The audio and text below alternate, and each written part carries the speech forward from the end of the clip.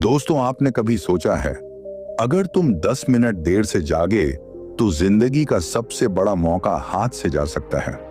क्या हो अगर तुम्हारे हाथ में किस्मत हो और तुम उसे खो दो सिर्फ इसीलिए कि तुमने कहा अभी बहुत वक्त है।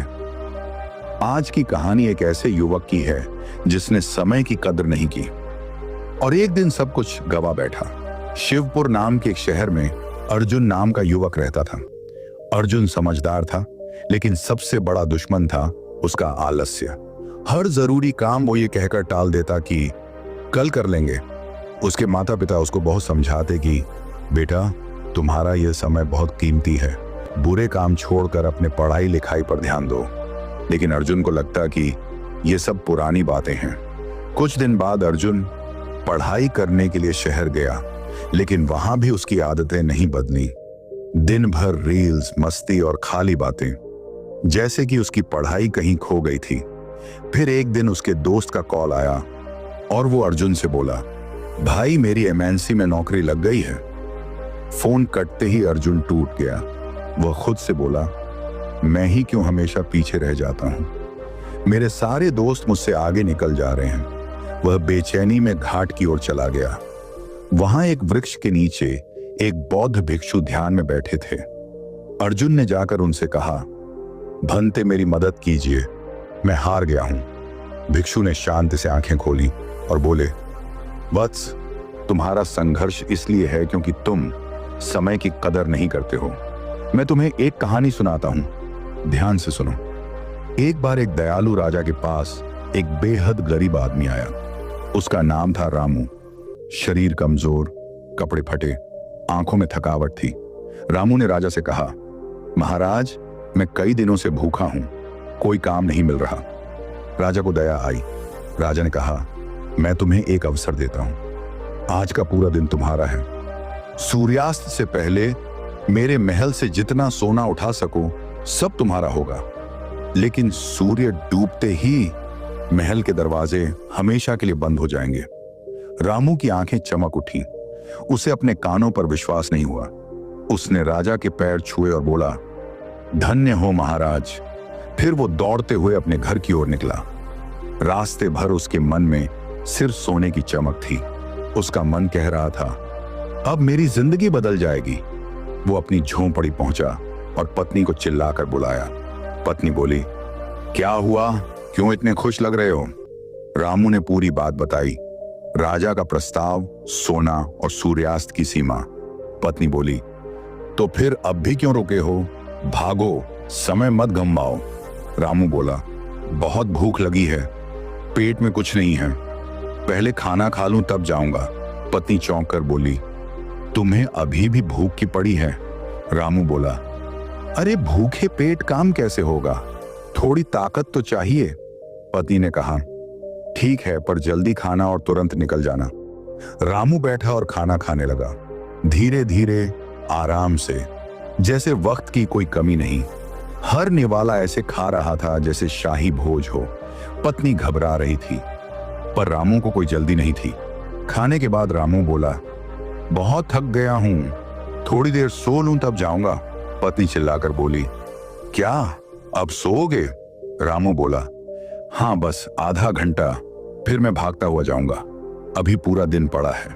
पत्नी बार बार मना करती रही, लेकिन रामू लेट गया और थोड़ी देर की नींद 2 घंटे की हो गई। जब आंख खुली तो सूरज काफी ऊपर चढ़ चुका था। वो घबरा गया, उठकर पानी पिया और तुरंत दौड़ पड़ा। मन में अब भी उम्मीद थी, अब भी समय है, सब कुछ पा सकता हूं। रास्ते में तेज धूप थी, गर्म हवा चल रही थी। थोड़ी दूर चलकर उसे एक बड़ा सा पेड़ दिखा। उसने सोचा, बहुत गर्मी है, थोड़ा पेड़ के नीचे बैठ लूं, फिर महल चलूंगा। वो बैठा और वहां हल्की हवा में उसे फिर नींद आ गई। इस बार नींद और गहरी थी। 4 घंटे बीत गए। जब उसकी आंख खुली तो आसमान का रंग बदल चुका था। सूरज ढलने को था और रामू को अब असली डर लगने लगा था।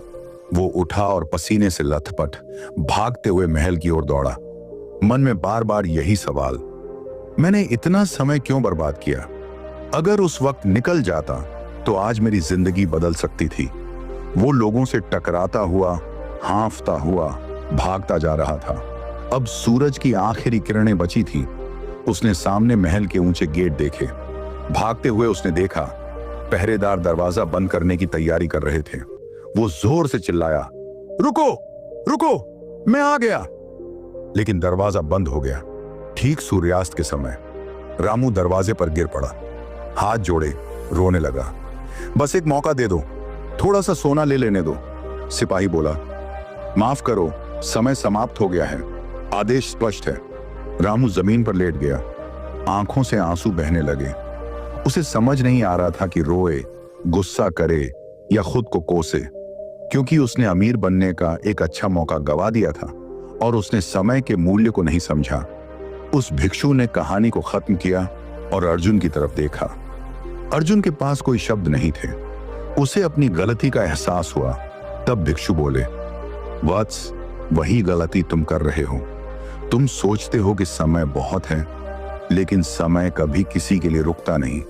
या तो तुम समय के साथ चलो या समय तुम्हें छोड़ देगा। अर्जुन चुप था, भीतर तक हिल चुका था। उसने उसी क्षण तय किया, अब एक भी पल बर्बाद नहीं करूंगा। अर्जुन ने भिक्षु को धन्यवाद किया और चला गया। अगली सुबह वह सूरज के साथ जागा। परीक्षा आई, अर्जुन तैयार था। रिजल्ट आया, वह टॉप 3 में था। अब वही लोग जो उसे कभी फेलियर कहते थे, उसी से सलाह लेने लगे। वह फिर उस भिक्षु के पास गया, पर वृक्ष के नीचे भिक्षु नहीं थे। बस एक पट्टी थी जिस पर लिखा था, जिसने समय को साध लिया उसे अब शिक्षक की जरूरत नहीं। अर्जुन मुस्कुराया। वह जानता था अब वह जाग चुका है। उसने कॉलेज में समय साधना नाम से एक मंडली शुरू की। छात्र आने लगे, ध्यान करने लगे, अर्जुन की कहानी से सीखने लगे। उसने युवाओं के लिए वर्तमान यात्रा नाम से एक संस्था शुरू की। अब अर्जुन दूसरों का दीपक बन गया था।